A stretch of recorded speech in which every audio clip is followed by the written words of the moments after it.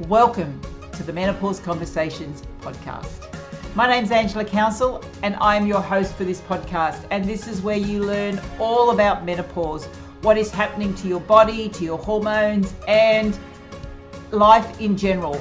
Everything is changing and sometimes it can seem really confusing, but this is where the confusion stops right now. This podcast will share with you everything you need to know about how you can navigate your menopause transition with ease. So sit back and enjoy the show. Bye for now. Hello and welcome back to this week's episode of Menopause Conversations podcast. My name's Angela Council, your host for the podcast. So today I've got a gorgeous guest with me today. Her name is Tania Dalton. She is a health coach and a personal trainer. And the reason why I asked Tania on to have a chat is because she has got a very inspiring story. Now, in this episode, Tania will share with you how her father died at the age of 47, and that kind of prompted her to make some changes in her life so that she didn't have an earlier death as well. And as Tania was reaching 47, there was this big thought behind her is, what can I do to keep myself healthy and to keep going? And when she decided that at that stage that she was going to set herself a challenge to run a marathon. And Tania shares her story and how she's she doesn't really think that she's got the body that's built for this type of thing, that she's very slow. She thought that she was not going to finish. She did. Secret alert, she did. And then later on, a couple of years later, she actually set herself another challenge, and that was actually to do a full Ironman. And Tania goes through and shares what it was like to actually bust through a few beliefs, the beliefs that she wasn't going to be fast enough. She had some times that she had to meet. She didn't even know if she was going to be able to stay on the track because each section of the Ironman she had to finish within a certain time, and she didn't think she could do that, but she just kept going. She talks about the training, like 3 years of solid training, and the times that she felt like giving up when she was just sitting there on a bike, just cycling and seemed to go on forever. And the big the big message, the lessons that I got from Tania is that regardless of where you think you are in your life, and whether we're talking fitness or what you're doing in your life, that menopause doesn't have to define you. Tania will share that when she was doing all this, she was in peri-menopause. She was experiencing lots of different symptoms, the joint pains, the aches, hot flushes, weight gain. She got all of this because it was all happening as her hormones were shifting. And it's and then adding the training on, which is a high stress to her body, made things worse. But she kept going. And even though there was a part of her that didn't think she could do it, she just kept going. And I think that's really the biggest message. And, what Tania is all about. She wants to age well. She didn't want to repeat what happened with her father. She wanted to age well. And, I've heard Tania's story several times, and that's why I wanted to invite her onto the podcast to chat about it. She's so inspirational, and really, I think her biggest message is that your age doesn't need to define you. Menopause doesn't need to define you. If there's something that you really want, we kind of have this inner strength that comes through at menopause, and this is what Tania found, to go out there and do what we want. So listen to Tania's story, and I'll be back at the end of the episode to have a bit more of a chat with you. Hi, Tania, and thank you for joining me. I am really excited to have this conversation with you because you've done a few different things in the last few years, and one of the things that I love about you is that you didn't allow age to define you and what you do. So let's kind of have a bit of a conversation about this, because quite often women kind of get to their mid-40s, their early 50s, and particularly if they've got aches and pains going on, and then they think, well, I can't do anything, and they kind of stop doing a lot of exercise, or they go for some of just the low impact stuff, yoga and Pilates, which is all great, but they've almost like given up on themselves. Can you share your story of what you did when you really didn't give up on yourself, even when it was really tough? Yeah, sure. Well, I suppose for me, I think I'm kind of lucky in a funny kind of way that my dad died when he was 47 of a sudden heart attack. And that was actually the impetus for me becoming a personal trainer nearly 30 years ago now, actually. But saying that, I hadn't actually achieved a lot of the things that I'd always wanted to do, like, for example, running a marathon. So when I approached the age my dad was when he died, I started thinking, oh my goodness, if I live a short life like my dad, then, I might only have, a year or whatever left. So I've got to start doing these things. And coincidentally, it coincided with me basically starting perimenopause. So I, after 30 years of wanting to run a marathon, I finally achieved it when I was 47. And that was like one of the most amazing experiences of my life, because although I've had an active life, I've been a personal trainer, I never, ever considered myself an athlete. I'd never run anything. I don't know. I'd done some running, but, I'm slow and I'm not an elite. Like I call myself a bit of a hack. And the training was like, it was kind of, it was really hard. Like it's not something that comes naturally to me. And I'm not one of those people that even love it. It's kind of like, it's hard. I'd come home crying quite a lot. I get you. But I don't like running either. But I'd had this goal for so long, and achieving it. Like I will never forget this time, and I talk about it all the time. I was in the last, and when I actually even getting to the marathon, there was a chance. I was really slow when I was training. I was super slow, so there was a chance that I wouldn't even be able to stay on the main track of the marathon, and they close off the stadium where you run into, and so you just have to finish out on the street or something and do a lot of it on the footpath. So there was a real chance that I was actually going to be one of those people that didn't get to actually run into the MCG and run across the finish line. So even that was kind of really a challenge for me, because I'm one of those people that kind of never used to do things if they couldn't kind of be good at them. So getting even over that was amazing. And in the end, I don't know what happened. My training obviously paid off and I did really well. I finished over an hour before I had planned. My family weren't even there to watch me. They were in the train station because they were expecting me an hour later. And I was running that last 1 kilometer of the run, heading towards the stadium, and I thought, oh my goodness, I have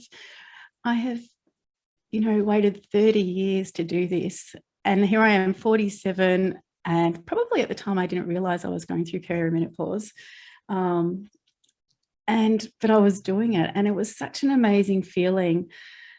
And it's just something I'll never forget. It was a kind of, for people who have had children, it was like at least up there with childbirth. Like, if not, I'd hate to say it, but if not more, because I had really quick childbirths, whereas this was like, this is pretty painful, long 4 hours.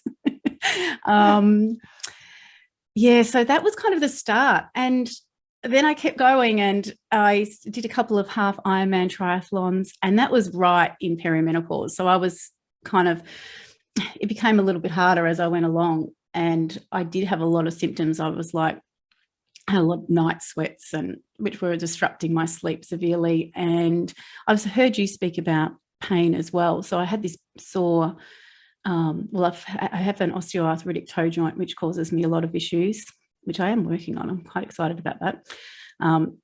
And then I ended up having this sore elbow for like a year, and that was like, you've got to do lots of swimming and things. It didn't actually hurt while I was swimming, but I literally have to sleep with it on a pillow. And I'd been and seen about it, and there was no like injury, or no one could find anything wrong with it, but it was debilitating.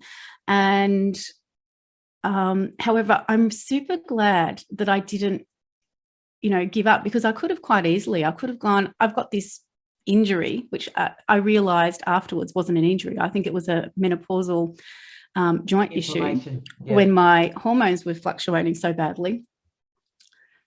But I didn't give up and I kept going, and now that's kind of. Can I just stop you there? What kept you going? Because many women do give up. What was it? What was it? Because you could remember the high of when you finished the marathon. What was it that kept you going? Because it's quite easy when you, particularly you're in that much pain and you're not sleeping properly, you're not thinking properly, and it is really easy to go, well, why the hell am I doing this? You know, what is it? So what kept you going? What was within you that kept you going? Yeah, there's several things. The thing about my dad, you know, passing away when he was so young was one of them. And yet the feeling of going across that finish line in the marathon was just incredible. Like, and it doesn't even have to be like for other people. It doesn't have to be a marathon. It could be like a 5K run, or like you like hiking. We like hiking, like a amazing, like climbing up to the top of a mountain. It's that euphoria that you feel when you achieve this thing that, you know, you thought kind of wasn't possible for you and you've done it. So I think that's what kept me going. I'll just stop you there. When I did a long hike last year, my aim wasn't to do the hike. My aim was to finish the hike, because it's the finish where you get the high. It's not the doing. Because I knew that when I was coming into the last 5Ks, and I have to tell you, it was the longest 5Ks of my life at the end of 4 days of walking. It seemed to go on for hours and hours and hours and hours. But I was in tears for most of that, and it was because of what I'd achieved. So it's that high you get at the finish, isn't it? It's like, I've done this. Despite everything, I've done this. Yeah.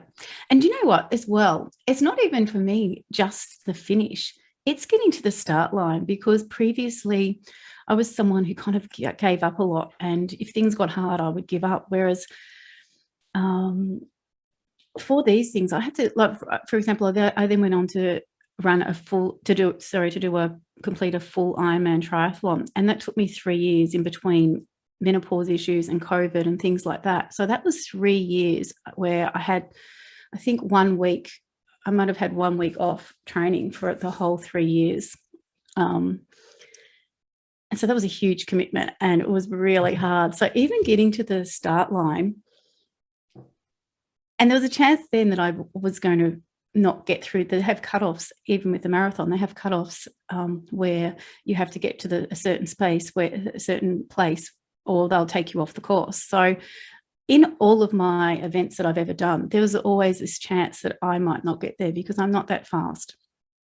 So even getting to the start line for me was a huge achievement, because I'd been through all this quite painful training and tedious training and hard training. And getting to the start line, I just thought that's kind of a winner as well. Like that kind of feel that's amazing that I've even got here and been able to push through all of that.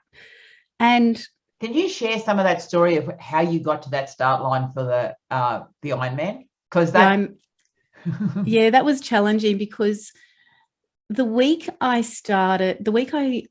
ended up getting a coach to help me with that. So I'd done my other training just kind of by myself, and I employed a coach to help me with the full Ironman. And the week I spoke with him was when I got my very last period. And for a lot of women, when they go through peri-menopause, that's when they have all of their really bad problems. And I did have issues. I had like sleep. I had, really bad night sweats at times. I had sleep issues. I had the joint problems, lots of things, lots of moods and all of that kind of stuff. And I thought I'd kind of got all of that under control, because I know I've listened to you as well. Like you, I've really listened to my body, and I realized that even though I kind of exercised quite well and ate quite well, I neglected my sleep and stress management and things like that, which are huge in perimenopause. So I got all of that kind of under control. But then when my hormones flatlined, that caused all these other issues like the weight gain. And whereas I'd never, during the training for the other events, I hadn't had that, like weight had just kind of fallen off me. And here I am training more than ever. And I was putting on weight, which now I look back and it kind of makes sense, is because our cortisol, long distance training is not ideal for a menopausal woman. No, it's not a stroll in the park. No, it's not. It creates a lot of inflammation and high cortisol levels and things like that. So it created like lots and lots of issues for me. I just couldn't understand what was going on. I wasn't recovering. I didn't recover well either, because of all that. Like, so it really hit me then. So I started training for this Ironman as my last period happened, and then in between COVID and just lots of things. And there were times, my family always talk about this, where it was a really horrible day here in Melbourne, and I had to do this cycling session indoors, and because I'm quite slow, it takes a long time. So if, say, the coach set, I don't know, 100 kilometers or 150 kilometers, like that doesn't take some people very long, but it takes me like all day. So they left in the morning, and I was on this trainer in the house, and I was crying, I think, when they left. They got home, and I was still on the trainer, and I had some more crying, but I did it. Like, I got through it. Like, it was really hard, but I got through it. So it was, and it sounds, people are going to listen to this going, what would she even do that for? And not all the training was like that, but these are just some little, you know, obviously whatever you do in life, there's some really hard things you've got to get through. But doing those things and achieving them made me realize that I was just capable of so much more than I could ever imagine. And it's regardless of age. Like, I might be slower than I would have been 20 years ago, but here I am doing it. Like, 20 years ago, I wasn't doing it. Now I'm doing it. And I finished the Ironman, like, and I got in quite a good time. And the Ironman itself actually was a really interesting thing as well, because we were in Melbourne, went into a snap lockdown the week before I was supposed to leave. And so within 24 hours, I changed my flights. I had to organise my bike to be packed in a bag, drove around, had to pick up a wetsuit that I'd hired, and got to the airport, and then they changed the rules and said we had to go into lockdown when we arrived in Queensland. And I didn't even have any accommodation booked. Anyway, I got there. So I was all alone. I got there early. I was all alone. I still didn't know until 3 days before the event whether they were going to let people from Melbourne actually take part in it. So not the kind of most ideal. I'd acclimatised, but other than that, not the most ideal kind of lead up to like the biggest event of my entire life. But anyway, I got there and I did it, and I did it all alone. Like, I had no supporters, because no one had been able to come with me because I had to go leave earlier and things like that. And being able to just pull on like your own internal strength for, I think it was 13 hours and 42 minutes was like such an achievement for me. Like, I'd never, ever been able to push myself like that and be this tough woman. And you know what? I think menopause kind of has helped me be stronger. So when we say that was the question I was going to ask. Yeah. Do you think you would have been able to do all this in your 20s?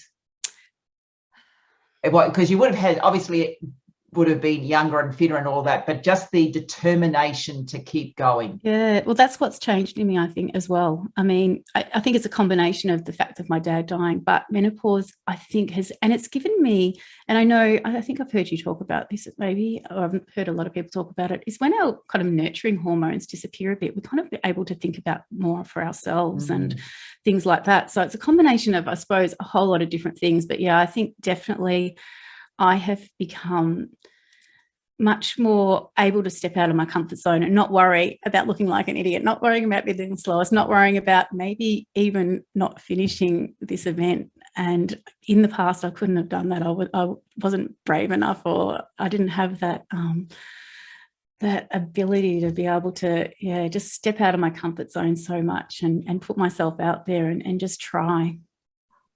And how much now has your life changed now that you've done both of these really big, well, are you training for any more big events, or was that it, the Ironman, I'm done? Yeah, do you know what? Those kind of events are a bit like childbirth for me. It takes me a couple of years before I'm not one of those people that goes straight back into it.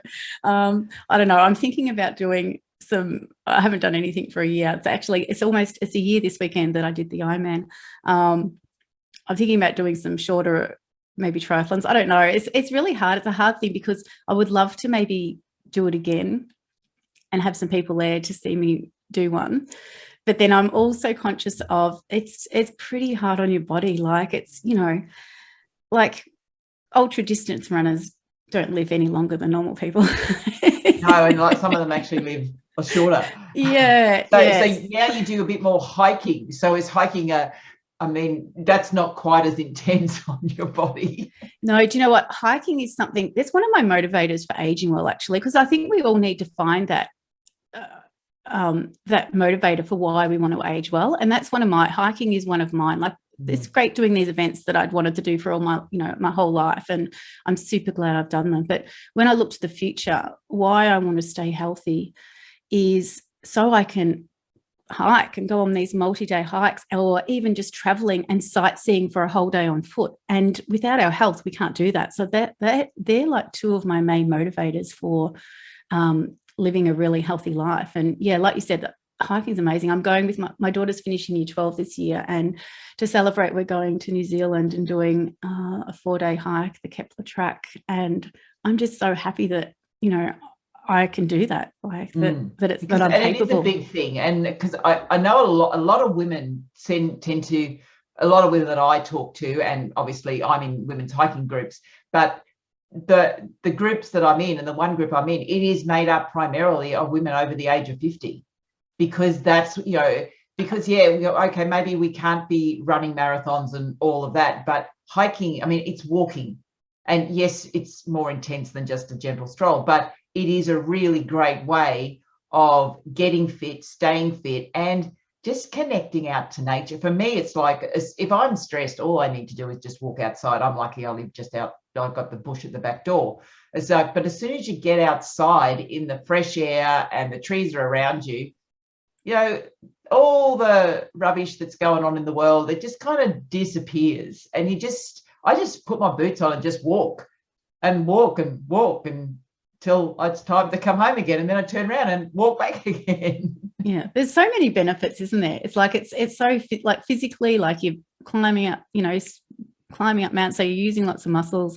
You've got to balance well because the ground's uneven, and then just the mental aspect of being in nature. And I love multi-day hiking, for example, because I just think, here I am in this spot where the only way you can get there is you have to walk.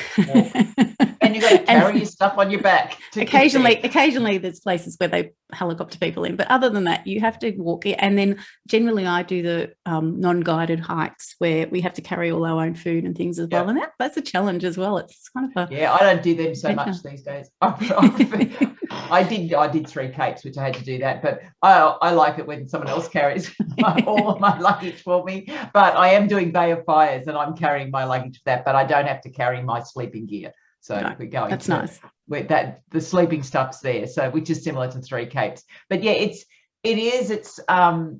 because it's also it's a real mind game at times too, because sometimes when you're on these long, a long hike, it can be painful. If you're on your feet in boots climbing over rocks, and it can be painful, and you do that for 6 hours. It's like, well, I can't stop, because it's not like there's a bus going to come past and pick me up. I've just got to keep going.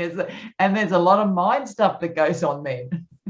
That's exactly right. And like, I think it's really important as well to share with other women is that, like, I've got this osteoarthritic toe joint, which is really it's really sore. Like, I'll do this hike and it'll be sore. It'll probably take me several weeks to recover. But the alternative is that I'm not doing these things, and I'm just not prepared to let that stop me. And I'm not stupid. I've been to a lot of people, and they've told me that continuing to do it's not going to make it worse, if that makes sense. So I might be in a little bit of pain during the I'm similar with my hip, because I've had one hip replaced, and I'm trying not to have the other one replaced. So it's doing the exercises to support the joint. So yes, it'll get sore, but for me, it's like, okay, let's just do the exercises. And you don't just go, I'm going to do a multi-day hike. You have to train for it. It is a lot of training, because you don't just go, okay, slap a backpack on your back and go out and just walk, and you can do it. Even though you can walk, it's like you have to train for a multi-day hike. It's like, Yeah. and it does require you to do specific training to strengthen all the muscles around your joints, and particularly as we age, because this is not an uncommon thing that women are having issues with their hips, their knees, their feet, their ankles, all that lower body stuff. It's not unusual, because as we lose that protection of estrogen, and also we're getting older, and primarily most of us have led fairly sedentary lives. And now all of a sudden we want to get up and we want to hike for 5 days with weight on our back, and we think we can do it. It's like, it's not that easy. No, it's fun. You definitely have to train. Definitely have to train. And that's the thing. Like, by the time we get to midlife, nearly everyone has either had some kind of injuries or like genetic issues or lifestyle diseases or something. Like, we've all got something. And yeah, what I kind of want to try to get through to women all the time is that, it doesn't mean that you have to be able to do a multi-day hike, but you can find some way of moving that works for you, that you love. Like you and I love hiking, but some people would be going, I cannot think of anything worse. So it's a matter of finding what works for you, but realizing that nearly all of us are going to have some kind of issue by the time we get to this age. Totally. I mean, even childbirth. I mean, if you've given birth vaginally, you're more than likely got issues with your pelvic floor. Yeah. So, or even if you've had a Caesar, then you've got issues with your abs. I've got one of my clients at the moment, her goal isn't to do a hike. She sails with her husband, and her goal, and I don't understand sailing too much, but her goal is to actually to be able to get to the top. There's a platform up the top at the moment, because you've got to be a certain weight to do that. And you've got to have a certain amount of strength. So she needs to drop the weight and gain the strength so that she can get to the top of the pole. And so that's her goal, is to be able to go to the top of the mast or whatever it is, and to be able to do whatever they do up there. So it's like, and that's it. It's like everyone has something that they can do. It doesn't have to be hiking. It can be, some women do want to run. And yes, you can still run. You don't have to give it up. And you see some women like weightlifting. I've got one client, and she's in the masters for weightlifting. So we can always be doing something. We don't have to sit at home and, sit in front of the television saying, well, I'm too old, I'm too sore, I've got these injuries. The thing is, the best thing, particularly if you've got osteoarthritis, is movement. Yeah. Even though it might hurt, but you need to move, because you need to strengthen all the bones, all the muscles around the joints, so that you're not actually relying on all the joints. So it's like, we need to be moving, and our bodies were designed to move. Exactly. And I always look at my nan. I remember when she was around 50, she would kind of like, I talk about this all the time, but she kind of acted like, she was actually quite vocal about menopause. She used to talk about the change. You don't call it menopause, but she called it the change. She was still having, she reckoned she was still having hot flashes when she was 90, but she kind of acted like her life was over at around, I'm sure it was around 50. Like, she was always, and her sisters as well. And it might be the time that they grew up in. They grew up in wartime. I think it was. Yeah, it's a totally different. When I think of my grandma, like when I was 5 and I looked at my grandmother, she seemed so old, but actually she's probably younger than what I am right now. Yeah. And it is a different time, but they always seem to be, it's like, I'll get to 50 and that's it, it's over. And then the rest of it's a downhill run from there. It's like, I can think of nothing worse to spend the next 40 years waiting to die. That's exactly right. And so my nan was planning her kind of like, she was like talking about this downward spiral from when she was 50. She lived till she was 91. And I don't want to be like that. I don't want to be going, I've got like nearly 40 years. If I live to my nan's age, I've got nearly 40 years left, and I refuse to be talking about that the best part of my life is over, especially for someone like me who kind of like didn't achieve that much when she was younger because of, I don't know, whatever, my self-limiting beliefs. So I just think there's so much living to do. And and you just need to find, like that lady who is climbing up the mast of the yacht or whatever. You need to find your motivation, and that might just be playing with your grandkids. I mean, it doesn't have to be. It doesn't have to be or doing your own gardening or whatever. Like, it doesn't have to be anything major, but you need to find your motivation for why you want to live healthily into old life. And, I mean, it's pretty, I'd hate to say it, but no, I don't think there's anyone who really wants to end up in a nursing home. No, So, no, and medicated and not being able to do Yeah, anything. But let's yeah. just have a chat about beliefs for a minute, because you mentioned beliefs then, what you thought you had some self-limiting beliefs when you were younger. How have your beliefs changed now, particularly around menopause, aging, and all of that? Because obviously you had your the role models for you as you were growing up was your grandmother, who was basically sitting in God's waiting room for 40 years. So that would have had a really big impact on your belief systems. And so what did it take to actually pull away from that type of belief to, hey, I can do something different. I can run a marathon. I can do an Ironman, because that would have been a big mindset shift for you. Yeah, definitely. It's like I said, it's just a combination of things. But do you know what? Being a role model for my daughter is also really important for me, because I want her to see that. I don't want her to think that life is over when she reaches menopause. I want her to see, like you, I'm a little bit older mother, so my kids are still teenagers, and I don't, I need to be showing them that you can be active and healthy regardless of your age. I think it's really, really important.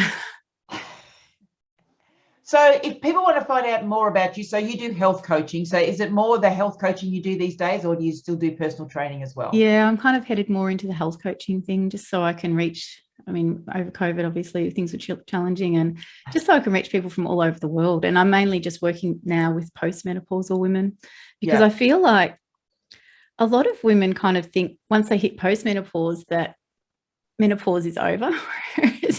There's a whole lot of other things that, become issues, like our bone density and even dementia. There's so many issues that we have when our estrogen diminishes. So, and I think that people kind of often come out of menopause, peri-menopause, and then hitting menopause going, oh, I thought it was all over, and actually I feel terrible, and what happened to me, and they're in shell shock. So yeah, I'm kind of trying to work with people like me who kind of came out going, yeah, it's actually not over. It's kind of like, this is what I'm going to be like for the rest of my life. So I need to work a way to create this healthy life that I want to live. Because that's a really big thing. It's like, and that's where I see that menopause it's this opportunity, because everything is changing and you could just ignore it and just go on. But the thing is that's more than likely to send you into a downward spin. Or you can say, hang on, now I've got the opportunity. I can change. There are things I can change. Can I change the things I'm eating? Can I change the way I'm exercising? I realize I can't do what I used to do in the past, but that doesn't mean I have to give up. How can I do it now? What adjustments can I make? Because it's like we get to choose how we live the next 40, 50 years. We don't have to kind of just sit there and go, well, that's what's happening to my hormones. That's it. It's over.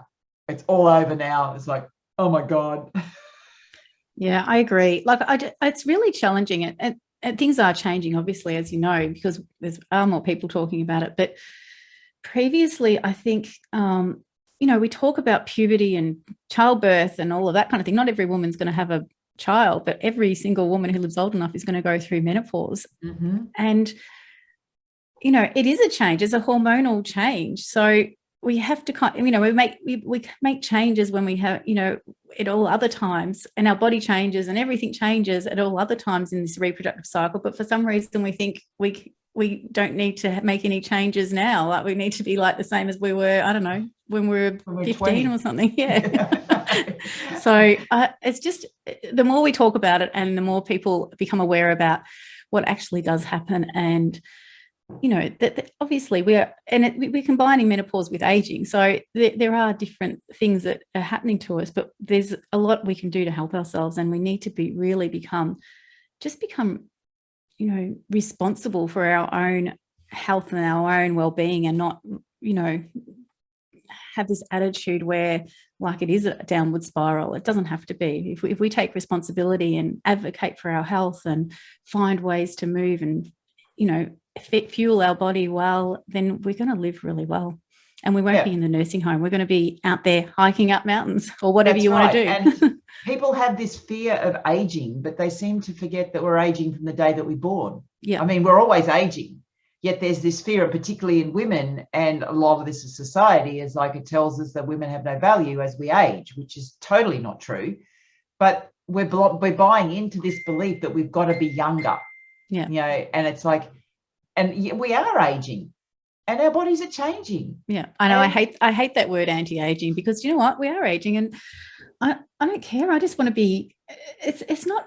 You know, I don't want to be younger. I just want to be the best version of me, whatever my age. Yeah, and no thing that you stick on your skin is going to make you not age. No. And who wants to have skin that looks like a 20-year-old? Really? Because what comes with age comes wisdom. Yeah. Because who wants to be a 20-year-old when you didn't really know who you were, and, you know, are so influenced by everything? And these days, as social media and media is just so influencing young girls. It's like, now we got through that. We can actually see through all that kind of crap that goes on and go, well, no, this is what I want. This is what I can do. This is what I have the ability to do. I've got the ability to run marathons, to you know, do Ironman. Aging hasn't stopped me from doing that. That's, you know, it's like you can do anything you want once you know what you want and you put your mind to it, which is what you've really shown. You've shown yourself you could do that. But you've also shown other women that that's possible as well, because other women would probably, and then people say, oh, but she's a personal trainer. But it's not, because it was totally different to what you'd been doing in the past. Yeah, definitely. And that's what I really want other women. Like, I'm just this ordinary person. Even if I'm a personal trainer, you know, a doctor, for example, a doctor can know exactly what to do, but there's a lot of unhealthy doctors out there.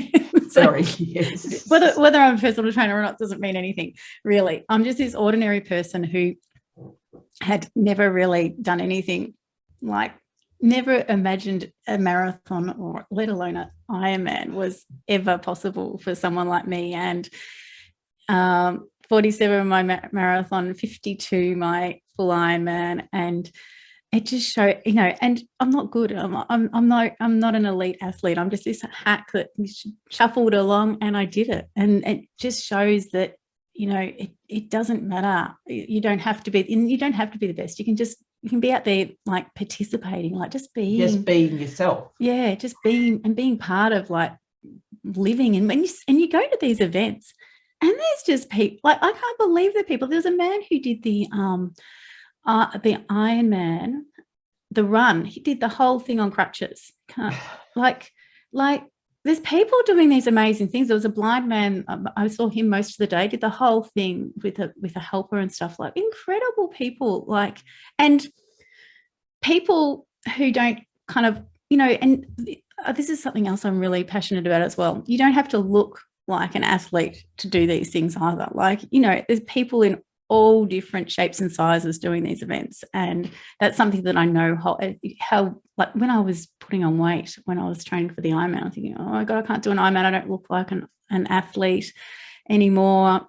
But that's just so not true. It's just such a not a reason to not try these things, because there's all shapes and sizes of athletes. It doesn't, I mean, maybe the elite athletes all look kind of the same, but the rest of us don't. So where can people find out about you?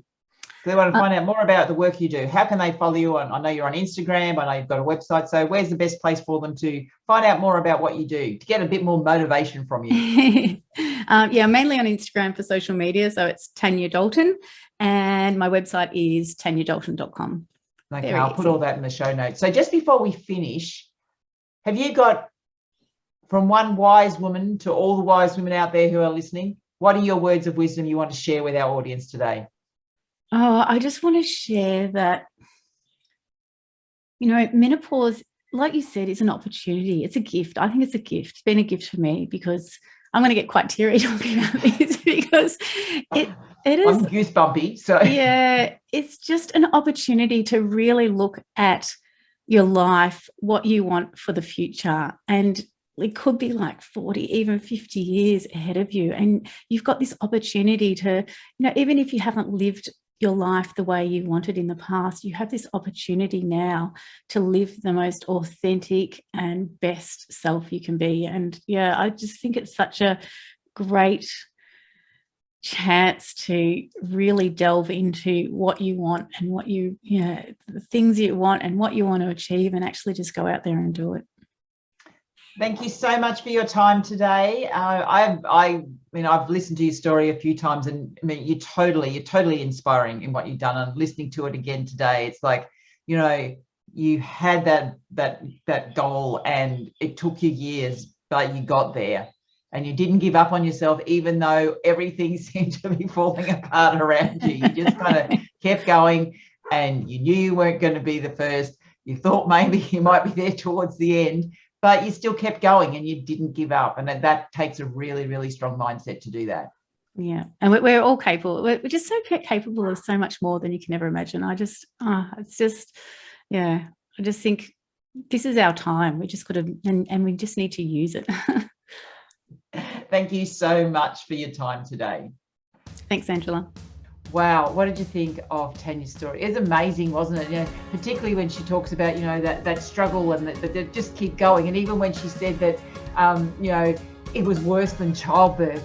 And for some of us, I suppose it depends on what childbirth was like for you, but that's a pretty big statement. But also, how the excitement, the joy of actually achieving all of that was for her, and how she realized that she was more capable than she ever thought possible.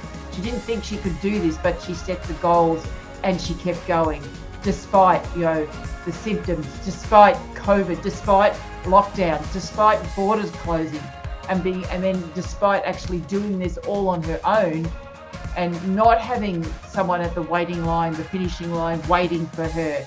And she just kept on going. Amazing. I'm always blown away whenever I hear Tania's story.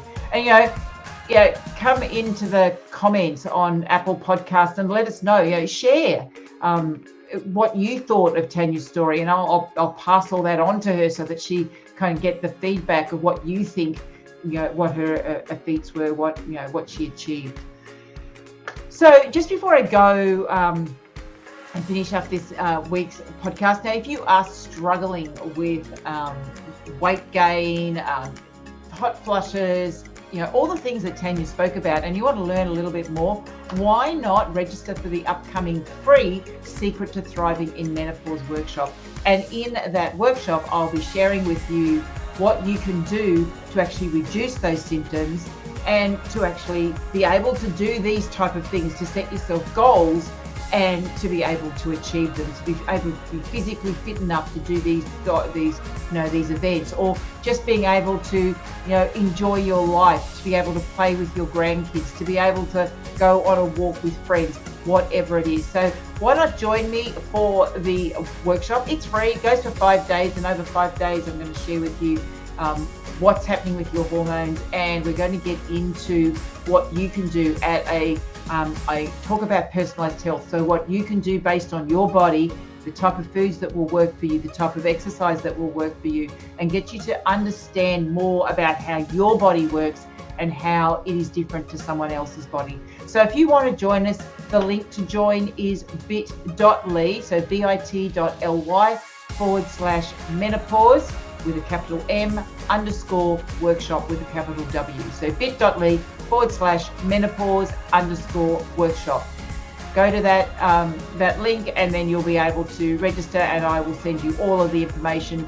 Everything will be run in a Facebook group, and when you pop over into the Facebook group and request to join, over there you'll find a bonus understanding hormones e-course over there waiting for you, so you can get started early and get a little bit of information, and then we'll come straight in with the workshop and giving you the solution. So bit.ly/menopause_workshop with a capital M and a capital W. Looking forward to seeing you there. So that's it for me for this week, and I'll be back next week with another episode of Menopause Conversations. Bye for now.